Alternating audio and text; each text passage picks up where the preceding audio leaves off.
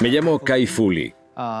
Trabajo en inteligencia artificial desde hace unos 40 años, desde la universidad. La inteligencia artificial es la práctica que intenta aprender de la inteligencia de los humanos.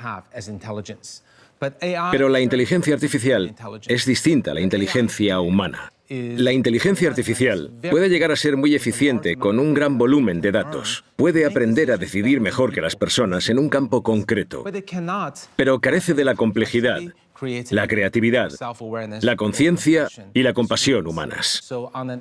Económicamente, es una oportunidad magnífica para prácticamente cualquier aplicación industrial.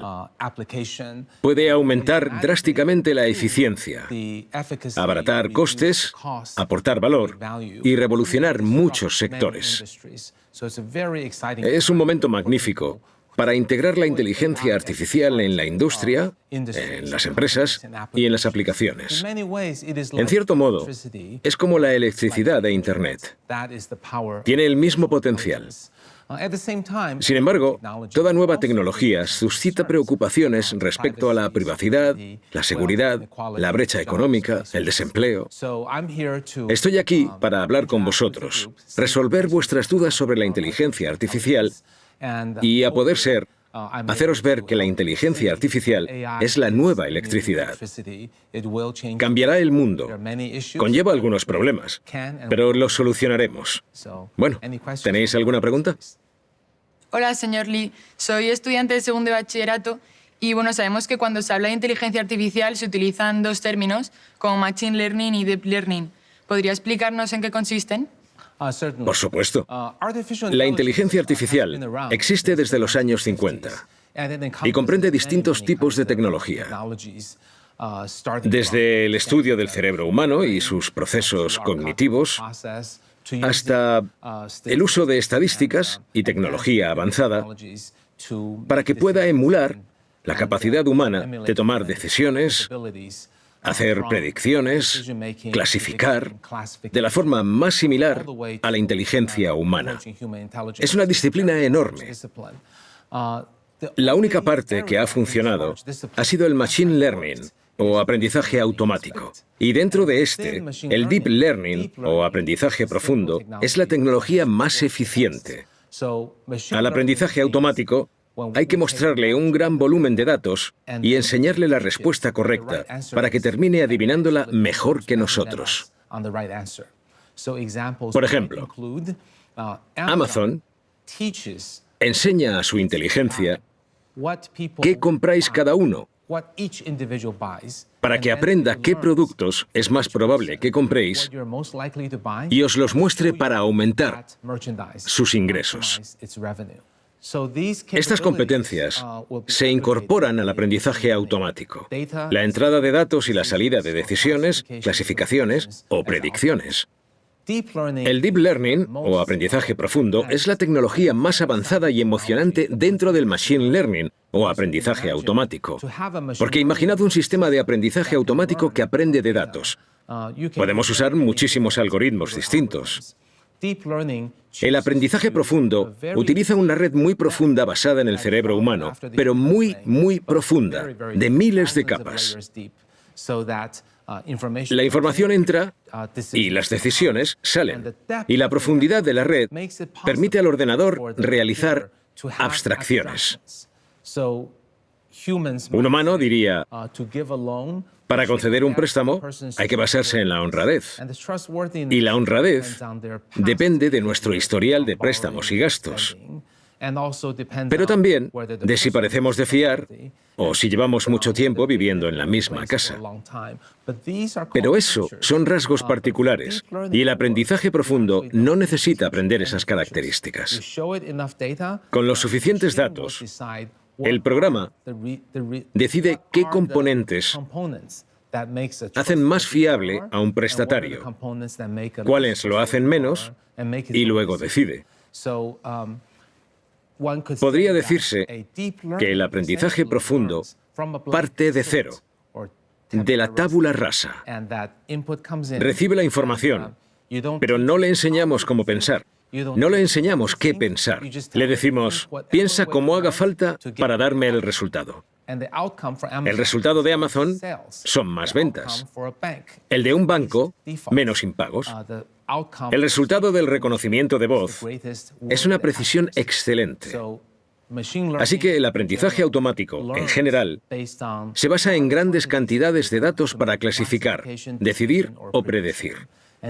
Y el aprendizaje profundo es un aprendizaje automático muy especial que crea redes complejas y profundas. Por eso, requiere muchos datos y toma decisiones más precisas que la gente. Gracias a esa cantidad ingente de datos, puede aprenderlo todo. Buenos días, señor Lee. Yo soy profesor. Me gustaría saber cómo puede ayudar la inteligencia artificial en mi labor diaria, por ejemplo, a mis alumnos o a mí. Muchas gracias. Creo que puede ayudarte a corto plazo y a largo plazo. A corto plazo, si descomponemos el trabajo del profesor, algunas tareas se hacen más fácilmente con inteligencia artificial y otras solo puede hacerlas el profesor. La educación general implica componentes como clases, deberes en casa, exámenes y tutorías. Esas son las 4 áreas principales de la educación.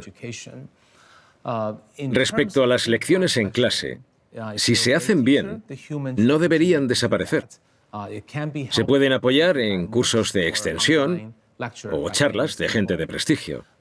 Respecto a los deberes, la inteligencia artificial puede personalizar las tareas de cada alumno al estudiar sus capacidades individuales. Por ejemplo, un alumno no sabe multiplicar y pasamos a la división. Ese alumno debería seguir practicando ejercicios de multiplicación. No puedes aprender a dividir si no sabes multiplicar.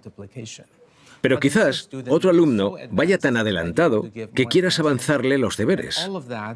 Todo esto puede basarse en la observación de los deberes, los exámenes, las notas, las aptitudes y aspiraciones.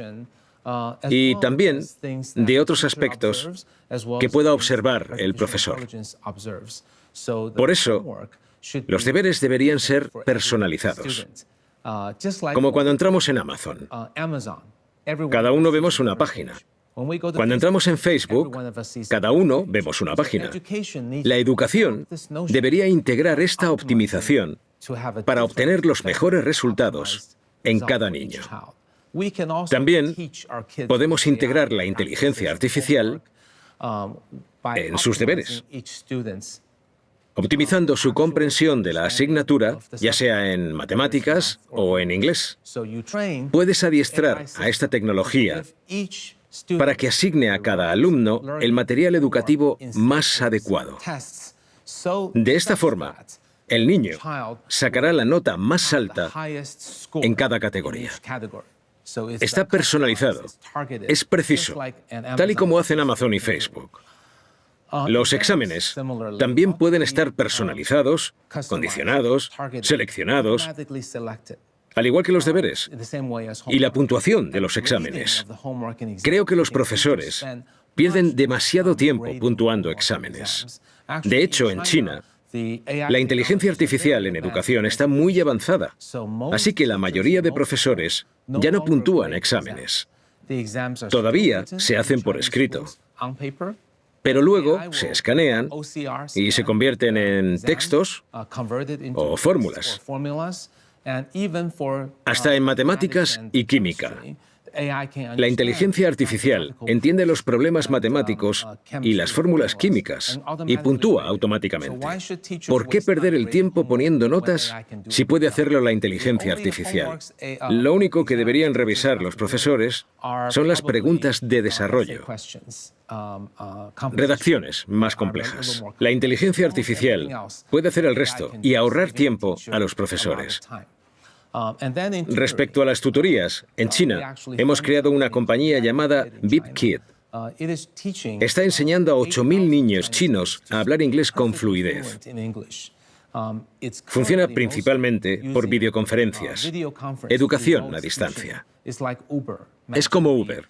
Conecta a los profesores estadounidenses con los alumnos chinos. Pero estamos viendo que en clases particulares, por muy eficientes que sean con humanos, también salen bastante bien con profesores generados virtualmente.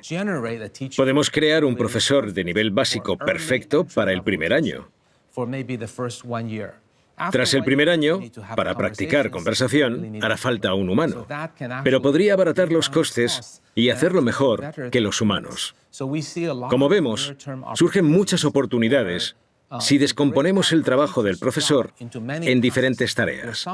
Algunas puede hacerlas mejor la inteligencia artificial, en otras puede ayudar al profesor, pero además, si se integra la inteligencia artificial en las aulas de hoy en día, el profesor podría ahorrar hasta un 40 o un 50% de su tiempo. Y yo creo que ese tiempo debería invertirlo en las relaciones interpersonales. Así, podrá enfatizar en el aspecto moral, en los valores, en el trabajo en equipo, en la empatía y en la creatividad de cada alumno. Creo que ese es el futuro de la educación. Y si nos paramos a pensar en cómo ha evolucionado el sistema educativo, veremos que está muy atrasado en todo el mundo. Vamos a comparar nuestros medios de transporte con los de hace 100 años. Haceos una imagen mental. Imaginadlo. ¿Cómo nos trasladamos ahora? Tenemos trenes, coches, autopistas y Uber. Pero hace 100 años empezaron a aparecer los primeros coches. No había autopistas, etc. Pensad, por ejemplo, cómo ha cambiado el entretenimiento. Tenemos Netflix, YouTube, vídeos, interactividad, influencers, películas financiadas por Netflix. Pero hace 100 años teníamos cine mudo, en blanco y negro. Ha cambiado radicalmente. Es más, pensad cómo ha cambiado el trabajo respecto a hace 100 años. Imaginad todo lo que hacemos a diario.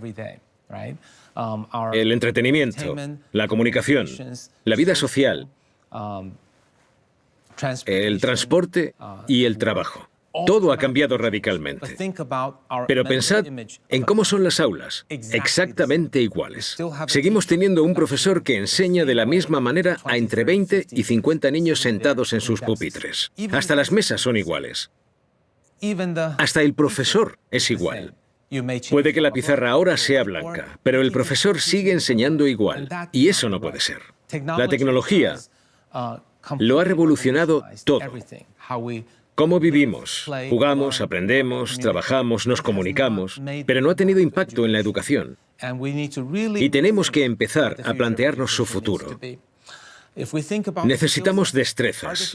La inteligencia artificial eliminará los empleos monótonos, pero casi todos los países siguen educando a los niños y examinando con nota como si fueran robots. Y los niños, o los estudiantes, nunca superarán a la inteligencia artificial en memoria, estudio, conceptualización, test de respuestas múltiples, ecuaciones matemáticas, fórmulas químicas o recordando historia. Nunca ganarán en eso a la inteligencia artificial. Estamos enseñando mal a los niños. La educación necesita ser reiniciada. La educación para el futuro de los niños debería centrarse en lo que necesitan los humanos. No tienen que enseñar a los niños a ser como la inteligencia artificial, sino que tienen que enseñarles lo que la inteligencia artificial no puede hacer. Deberíamos centrarnos en las 3 Cs. Y las 3 Cs son curiosidad, pensamiento crítico y creatividad.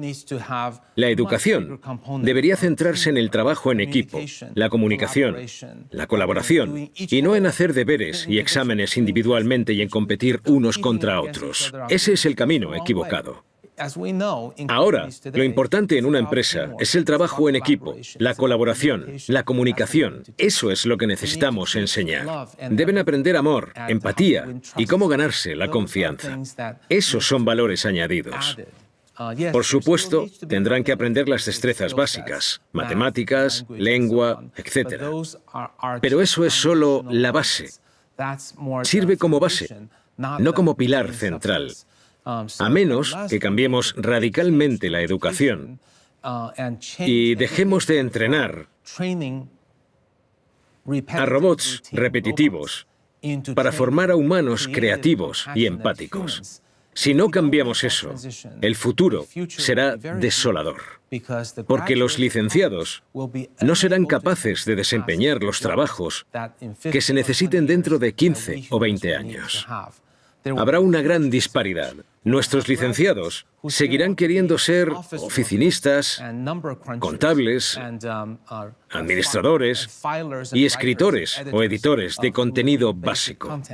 Pero vamos a necesitar que los universitarios sean pensadores críticos, creativos, estratégicos, compasivos y personas empáticas. A la educación le queda un largo camino por recorrer. Y es uno de los sectores que más tardan en integrar la tecnología. Si eso no cambia, dentro de 30 o 50 años nos espera un futuro terrible. Buenos días, doctor Lee. Soy María y soy profesora de instituto. Y tengo en el aula varios alumnos con discapacidades motoras e intelectuales. Quisiera saber cómo la inteligencia artificial puede ayudar a estos alumnos. Gracias. Creo que, dependiendo del tipo de discapacidad, se puede hacer más o menos.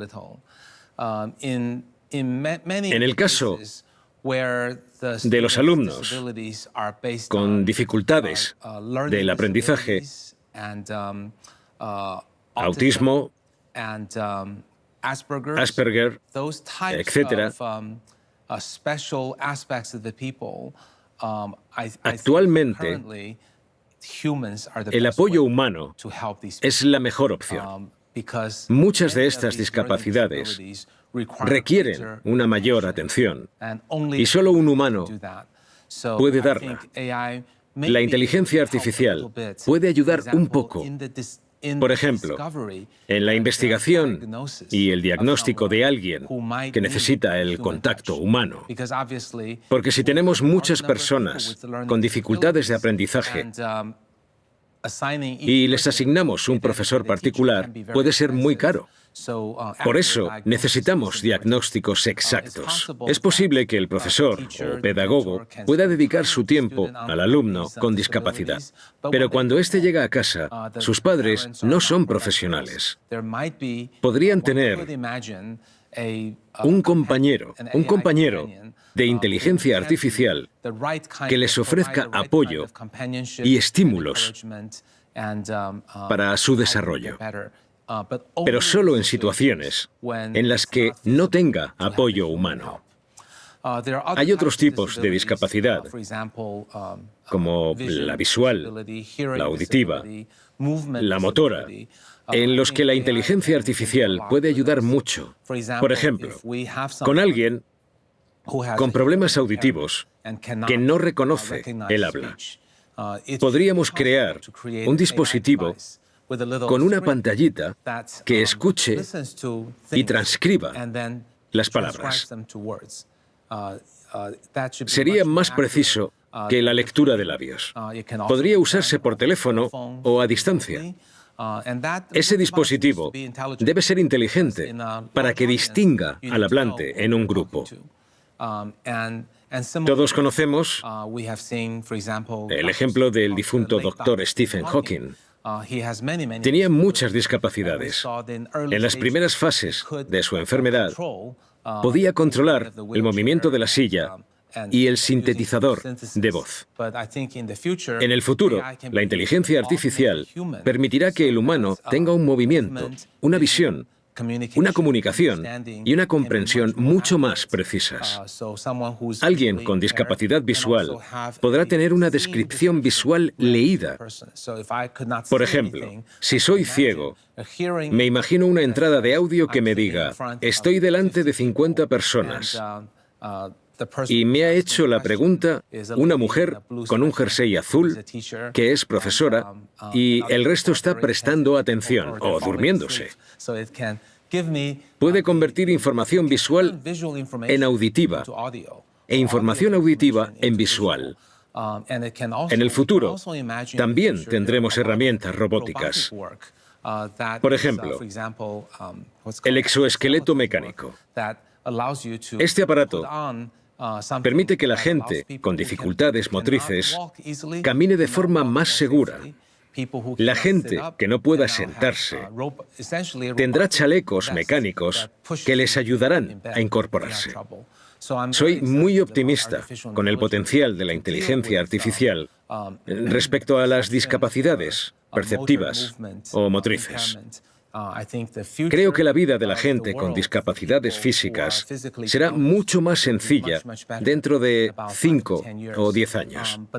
Pero para las dificultades de aprendizaje y las discapacidades cognitivas o psicológicas, la inteligencia artificial será un mero apoyo para el factor humano. Por último, quiero añadir que pienso que necesitamos a más gente que ayude a los niños con discapacidades cognitivas o de aprendizaje. Pero los fondos públicos no lo permiten. La gente paga sus impuestos y hay un presupuesto limitado para los maestros, que están ocupados dando clase y revisando exámenes y deberes. Si pudiéramos mantener el mismo presupuesto para educación, pero la inteligencia artificial hiciera el 50% del trabajo del profesor, este tendría tiempo para atender individualmente y ayudar a los alumnos con discapacidades cognitivas. Me parece una mejor distribución. Los profesores tendrían la satisfacción de haber podido ayudar a los niños con discapacidades de aprendizaje. Les cambiarían la vida a 10 personas al año, a diferencia de los profesores, que dan siempre la misma clase para todos, dan deberes y los puntúan repetitivamente. Los profesores no deberían ser así. Deberían convertirse en líderes de la sociedad y cambiarles la vida a sus alumnos. Espero que la inteligencia artificial les ahorre las tareas más tediosas y les permita cumplir su cometido. Eso sería apasionante y emocionante. Hola, doctor Lee. Mi nombre es Carlos. Me gustaría preguntarle cómo en un mundo dominado por los algoritmos, ¿dónde queda la emoción? Ahora, la inteligencia artificial se basa en el machine learning y en el deep learning, el aprendizaje automático y en el profundo que se entrena con imágenes para tomar decisiones. No tiene conciencia propia. Las emociones humanas se basan en la autoconciencia. Nos percibimos y sabemos que sentimos. Científicamente, no se sabe de dónde vienen la autoconciencia y las emociones humanas. En el famoso caso del AlphaGo, que ganó a un jugador profesional de Go, vimos un contraste muy interesante. Ke Jie, el campeón mundial, perdió la partida. En mitad del juego, se puso a llorar de frustración. Era evidente cuánto le gusta ese juego. Sintió frustración porque, a pesar de ser el mejor del mundo, le había ganado una máquina. También le dolió como ciudadano de China, país inventor del juego, porque le ganó una tecnología británica. También pensaría que le había dedicado toda su vida. ¿Debía seguir haciéndolo? Su mundo quedó patas arriba y se puso muy triste. Por el contrario, AlphaGo, el vencedor, no sintió felicidad al ganar. Ni siquiera entiende por qué la gente juega a eso. ¿Por qué les divierte? Si AlphaGo perdiera, no sentiría nada. Ni derrota, ni tristeza, ni frustración. Pero cuando gana, como entonces, tampoco siente felicidad. No necesita abrazar a un ser querido ni sentirse realizado. De hecho, si un humano desenchufara el AlphaGo de la luz, hasta aquí hemos llegado. Así que el AlphaGo y cualquiera de los actuales algoritmos de inteligencia artificial son meros programas informáticos, exactamente iguales que Excel. Es como si utilizo Excel para sacar las cuentas semestrales de mi empresa.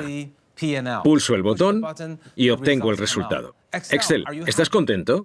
No, solo es una herramienta. Cumple su función. Y el AlphaGo es igual que Excel. Dicho esto, ¿puede la inteligencia artificial detectar la emoción? Por supuesto. Si colocamos cámaras y micrófonos, nos ponemos sensores de temperatura, humedad y ritmo cardíaco, controlamos la dilatación de las pupilas, los posibles sudores, el pulso. La inteligencia artificial podrá predecir si estamos contentos, tristes, nerviosos, si decimos o no la verdad, con mayor precisión que los humanos. Esto tiene que quedarnos claro. La inteligencia artificial no tiene emociones ni sentimientos, al igual que Excel. Sin embargo, puede detectar las emociones humanas con gran precisión y sensibilidad. Probablemente no mejor que un psiquiatra, pero sí mejor que casi todos nosotros. ¿Y puede fingir emociones? Por supuesto que sí. Cuando conozca una emoción y deduzca computacionalmente cómo reaccionar, podremos sintetizar una cara en 3D que muestre felicidad, tristeza o frustración. El 95% parecerán realistas para el ojo humano. Es una muy buena pregunta con una respuesta rara. La inteligencia artificial no siente emociones, pero puede detectarlas con precisión y emularlas con un realismo y una fidelidad pasables.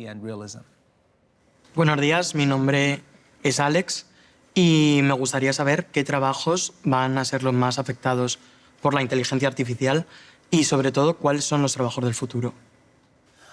De acuerdo. La inteligencia artificial opera en campos unidisciplinarios, así que afectará al empleo de distintas formas. Los trabajos rutinarios y repetitivos, que no requieren creatividad ni compasión, son los que más peligran. Los trabajos cognitivos, como las funciones de oficina, los contables, la gente que hace cuentas, manda correos rutinarios, los administrativos, los secretarios, corren el peligro de desaparecer. La gente que sigue instrucciones sencillas, el servicio al cliente, me llega un correo con una pregunta, miro la respuesta, copio y pego. Llaman, hacen una pregunta, encuentro la respuesta y la leo. Es muy rutinario. Eso desaparecerá. Estos trabajos administrativos requieren cierto nivel cognitivo, pero no muy complejo.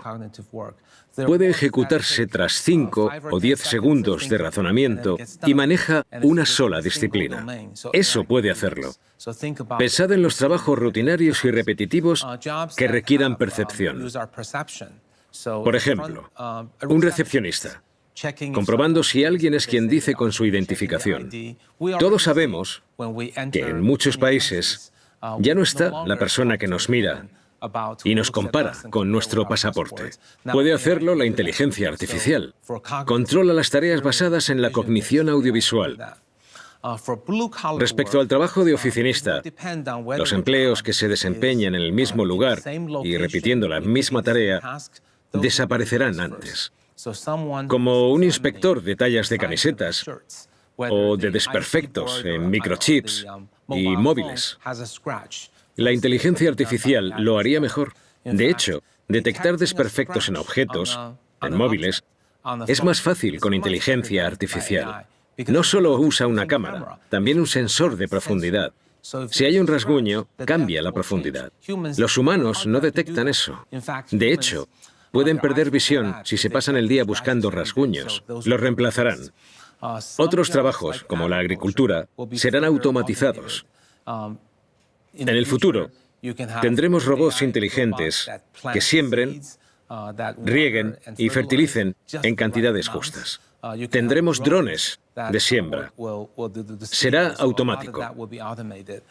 También se automatizará el trabajo en las fábricas. Las inspecciones, las tareas repetitivas de la cadena de montaje y las de los almacenes. El trabajo del almacén, trasladar cajas, planificar rutas de pedidos a los clientes, la logística, el transporte, todo eso se automatizará. Los conductores de montacargas, de carros de minas o de trenes turísticos, especialmente si no van por vías públicas, desaparecerán pronto. El trabajo de los choferes peligrará. Primero, en entornos predecibles, reducidos y de poca velocidad, como montacargas, minas y sitios turísticos. Luego, en autopistas. Estas son peligrosas para los humanos, pero seguras para la inteligencia artificial, porque la variabilidad es mínima. Luego, llegará a ciudades con una buena planificación urbana, pero aún no a caminos rurales y esas cosas. Poco a poco, en 15 o 20 años, los humanos ya no conducirán. Si fueran una categoría de empleo, formaría el 10% de trabajadores. No es que todos ellos sean conductores, pero el 10% de la humanidad trabaja manejando algún equipo que se mueve. Eso desaparecerá. Tenemos que preguntarnos, ¿es este trabajo rutinario, repetitivo y de entornos fijos? Si es así, corre un grave peligro. La inteligencia artificial ya desempeña muchos trabajos. Por ejemplo, los médicos la usan para mejorar el diagnóstico y el tratamiento del paciente.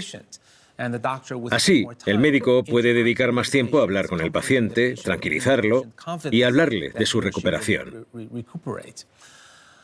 Los científicos tendrán más trabajo gracias a herramientas inteligentes que les ayudarán a hacer más descubrimientos, diseñar más medicamentos, etc. De modo que beneficiará a muchos trabajos. También has preguntado si creará nuevos puestos. Por supuesto que los creará. En 30 años, la inteligencia artificial habrá creado más empleos de los que habrá destruido.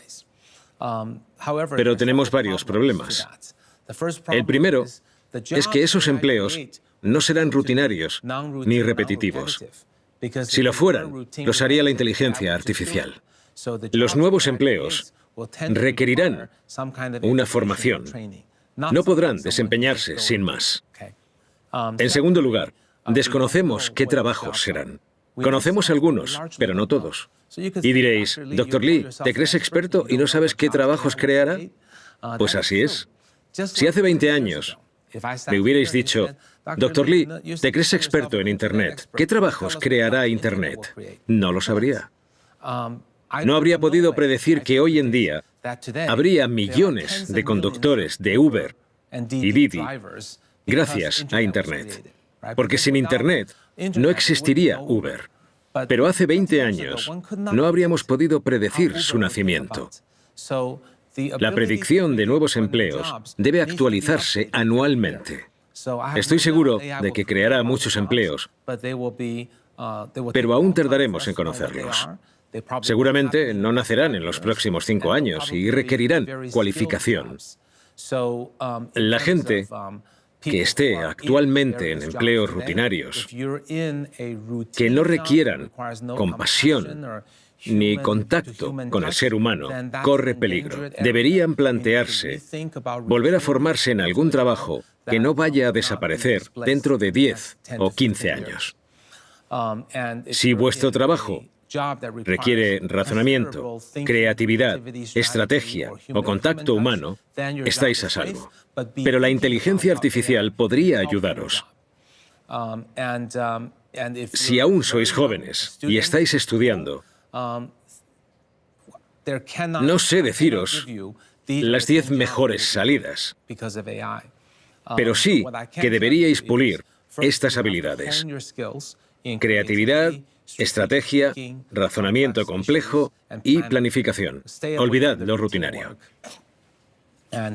Centraos en el trato humano, la responsabilidad, la comunicación y el trabajo en equipo.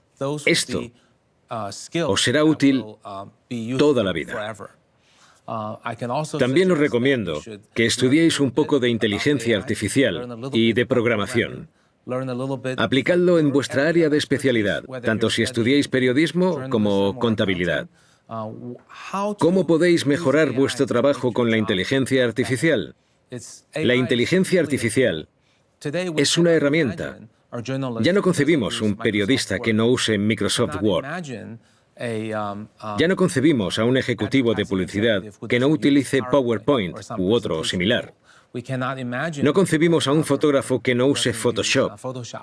La inteligencia artificial es una herramienta más. En muchas profesiones, estudiar inteligencia artificial os enseñará a encontrar esas herramientas y a utilizarlas.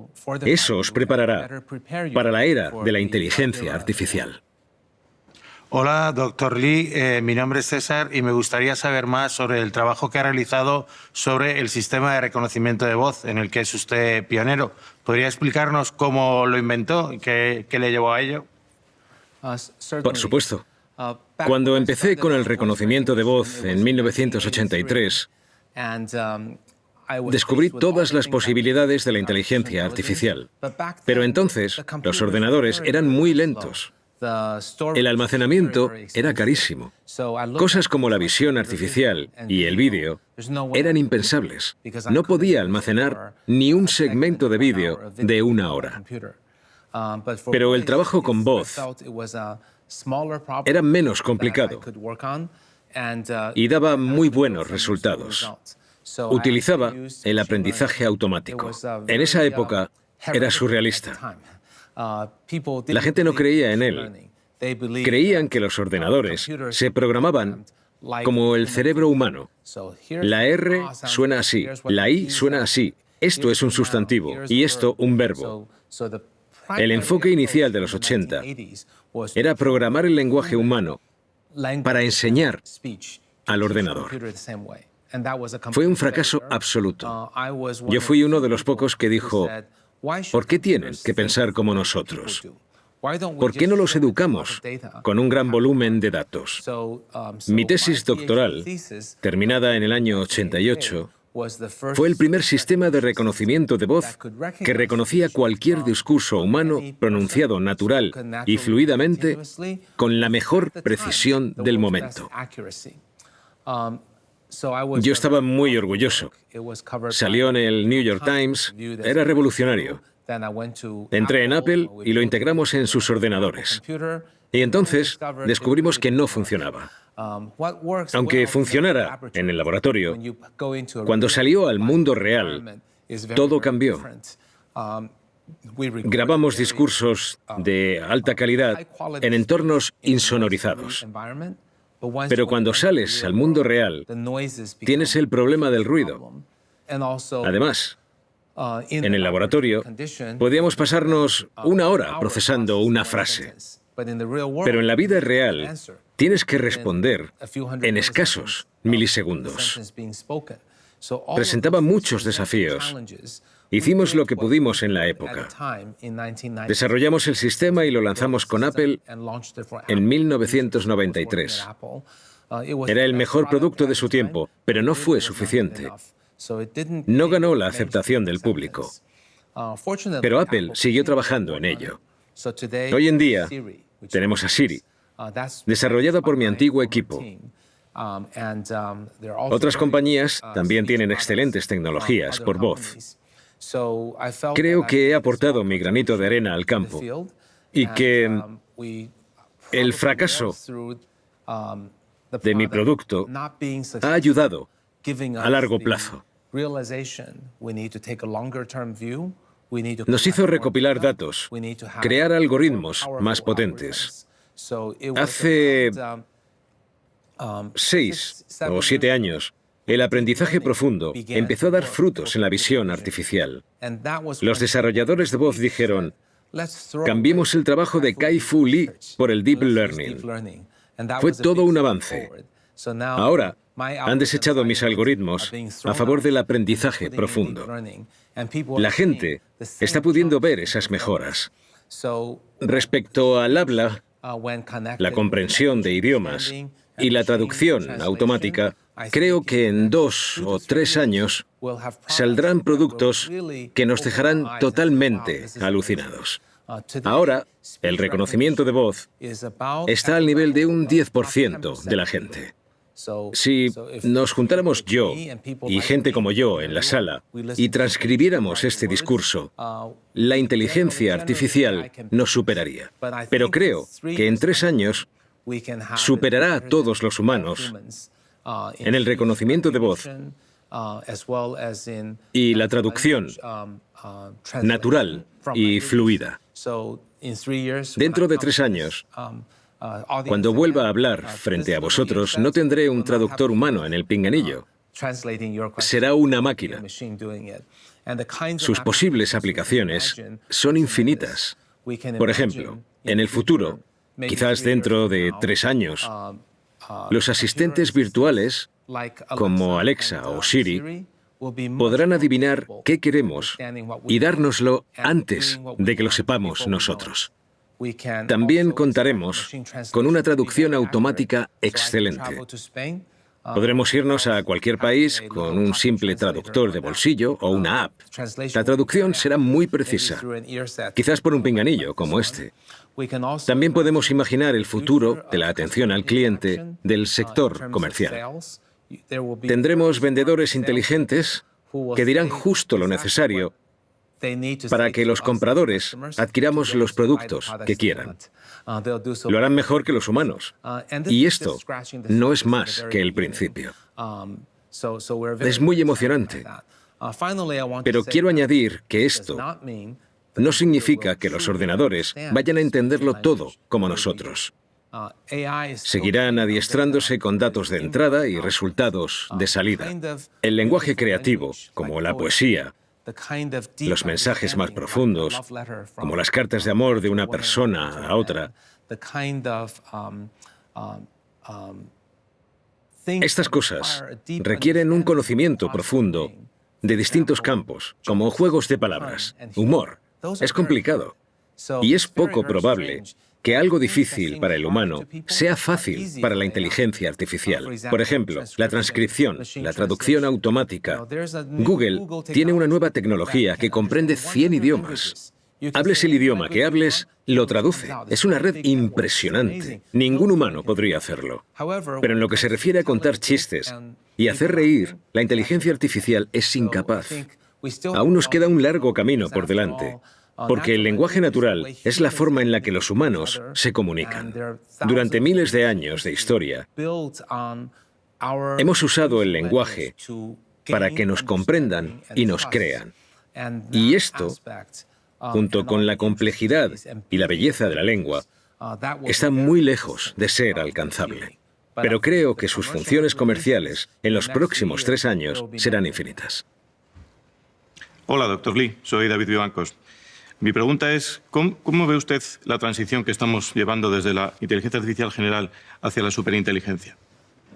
Primero, definiré esos términos. La inteligencia artificial tiene 3 niveles. La inteligencia artificial débil, que en un campo aislado, como el reconocimiento de voz, los préstamos, Amazon, es muy eficiente. Después está la inteligencia artificial general, que consiste en alcanzar el potencial humano en cualquier aspecto. Y luego la superinteligencia. Es tan potente que supera la inteligencia humana. Hay distintas opiniones, pero creo que casi todos pensamos que el 99,99% de las aplicaciones comerciales de dentro de 10 o 15 años serán inteligencia artificial débil. La inteligencia artificial irá mejorando, pero dudo que alcance ese nivel en los próximos 10 o 15 años. Y el motivo es que, en el desarrollo de la inteligencia artificial, el aprendizaje profundo ha sido el mayor hito, ha sido un gran avance. Nos ha llevado hasta la inteligencia débil. Pero para llegar a la inteligencia artificial general, tenemos que alcanzar la capacidad de crear, el sentido común, la multidisciplinariedad, la estrategia, la planificación y la comprensión de abstracciones para tener fiabilidad, consciencia propia, percepción y emociones. He hecho una lista con 10 cosas que no tenemos ni idea de cómo hacer, desde la inteligencia débil hasta la general. Así que estamos de suerte, porque harán falta 10 hitos más antes de que la inteligencia artificial alcance al ser humano. Hemos tardado 60 años en llegar al deep learning o aprendizaje profundo. Los próximos 10 hitos podrían llegar antes, pero no en solo 10 o 15 años. Así que lo más productivo en los próximos 15 años será la comercialización, la monetización e inserción de la inteligencia artificial en la industria. El mayor desafío será el empleo y algunos problemas técnicos. Pero la inteligencia artificial general aún tardará un poco. En 50 años, mi respuesta habría sido distinta. Los más optimistas piensan que en 15 o 20 años veremos el nacimiento de la inteligencia artificial general. Otros dicen que faltan más bien 100 años. Algunos incluso creen que no llegará. Y creo que no hay pruebas que nos permitan afirmar si llegará en 15, 25, 100 años o nunca. No tenemos antecedentes suficientes para predecirlo. Necesitamos hechos históricos. Y ahora mismo, el único que tenemos es que hemos tardado 60 años en lograr un hito. No significa que el próximo tarde 60 más, pero no sabemos cuándo ocurrirá. Si preguntáramos a los científicos de hace 100 años, ¿pueden volar los humanos? No habría nada seguro. Leonardo da Vinci habría dicho que sí, pero habría esperado otra cosa. Algunos lo considerarían imposible. Se equivocarían. Los más optimistas no tendrían en qué basarse, pero tendrían razón. También podríamos preguntarles, ¿se logrará el móvil perpetuo?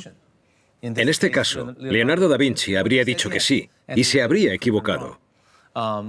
Otros habrían dicho que sí o que no, pero hoy en día no parece que vaya a ocurrir. Así que es una pregunta muy especulativa, de difícil respuesta. Estoy seguro de que en 15 o 25 años será complicado. ¿Y la superinteligencia? Para explicar la superinteligencia, hay una teoría. Para mí es una fantasía, y para otros una teoría. La inteligencia artificial ha avanzado tan rápido que los humanos no llegamos a apreciar la velocidad de su avance.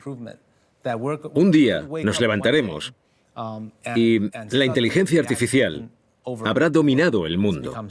Habrá avanzado tanto que los humanos seremos pusilánimes a los que tolerará existir. Seremos como hormigas y la inteligencia artificial como humanos, según la teoría. Y se basan en la supuesta prueba de que desde hace 5 años ha avanzado exponencialmente. Hace 5 años no servía para nada. Pero hace 3 años superó a todos al Go. Luego lo superó en StarCraft. Luego en exámenes médicos. Luego en radiología. Y lo está haciendo a un ritmo exponencial. Esto significa que cualquier avance en un año será mejor que los de los últimos 10. Si seguimos así, en un par de años, la inteligencia artificial nos superará. Seremos como hormigas y la inteligencia artificial como el humano. Según este argumento, la inteligencia artificial crece mediante saltos exponenciales. Pero en la realidad, esos saltos alcanzarán su máximo exponente cuando se agoten las aplicaciones del aprendizaje profundo. Todos esos saltos se basan en un logro tecnológico, el Deep Learning, e irán aumentando. En 5 o 10 años veremos miles de aplicaciones del aprendizaje profundo. Pero si no hacemos otro avance significativo y alcanzamos los 10 hitos que he dicho, como la percepción y la creatividad, si no alcanzamos los 10 hitos, frenaremos. Esta ola exponencial es un espejismo, no es real. No son más que aplicaciones del aprendizaje profundo. No es una curva exponencial que pueda superar a los humanos. Tengo muy poca fe en ese ascenso de la superinteligencia. Hay pensadores que discrepan conmigo, pero no suelen ser expertos en la materia. Suelen ser filósofos, futuristas, economistas, físicos, pero no expertos. Así que cuando hablo de esos niveles, represento a casi todos los expertos en inteligencia artificial. Doctor Lee, soy el doctor Andreu Beà. Yo casi diría que la inteligencia artificial es todo aquello que no funciona.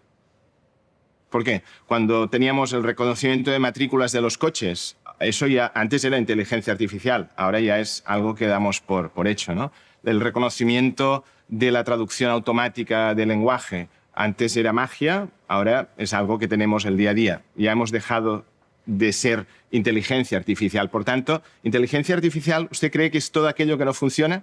Antes, lo que no funcionaba era inteligencia artificial. Pero esa idea está cambiando. Es un tema tan actual que llamamos a todo inteligencia artificial, lo cual también es peligroso. Para que lo entiendan los no familiarizados con ella, yo diría que la inteligencia artificial que funciona actualmente son el aprendizaje automático y el profundo. En campos unidisciplinarios con gran cantidad de datos, toman excelentes decisiones, mejor incluso que nosotros. Pero carecen de rasgos humanos, como la creatividad y los sentimientos. Ese es el resumen.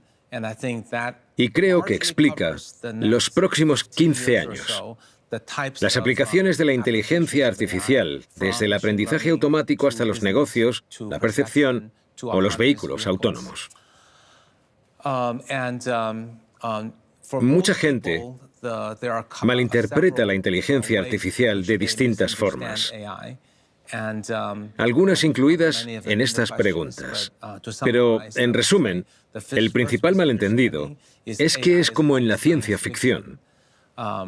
Tenemos que entender que la ciencia ficción es creativa, imaginativa, pero no realista. Aún tardaremos mucho, si lo hacemos, en alcanzar la sensibilidad, la creatividad y la compasión de la inteligencia general y la superinteligencia que vemos en la ciencia ficción. No os lo creáis. El segundo malentendido es que la inteligencia artificial todavía tardará mucho en llegar y que todavía no está a nuestro alrededor.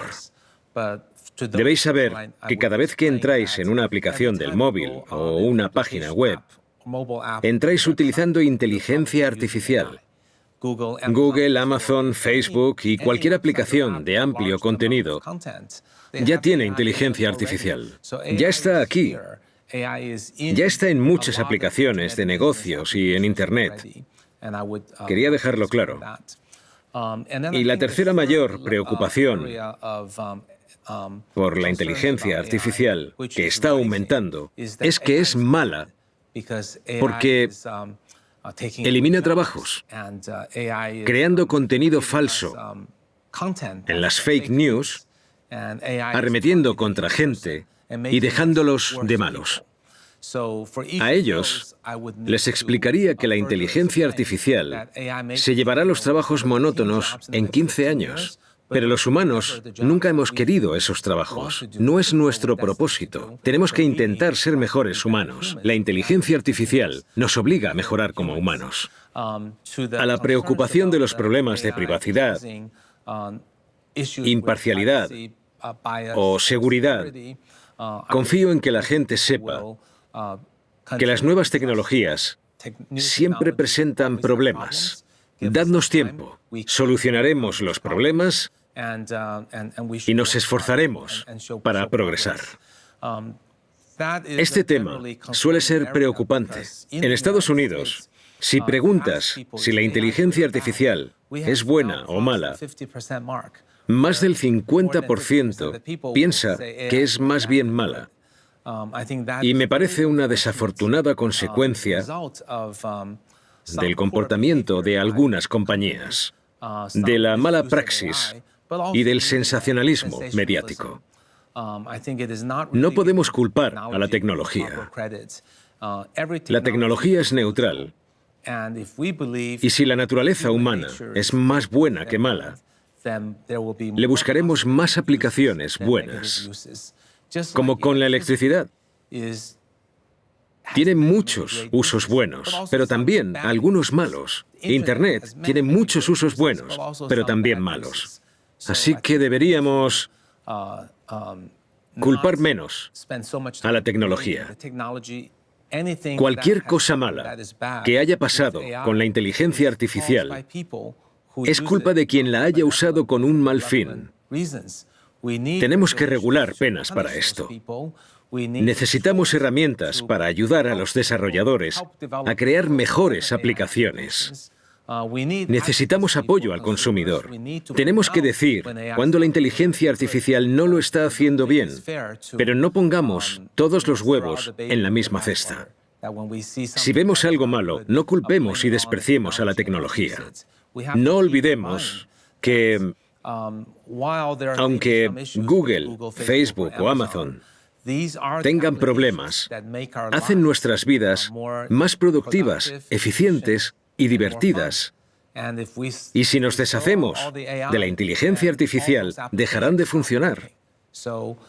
Así que espero que la gente sea objetiva y le dé una oportunidad. Creo que en 5 años estos problemas serán mucho menos graves.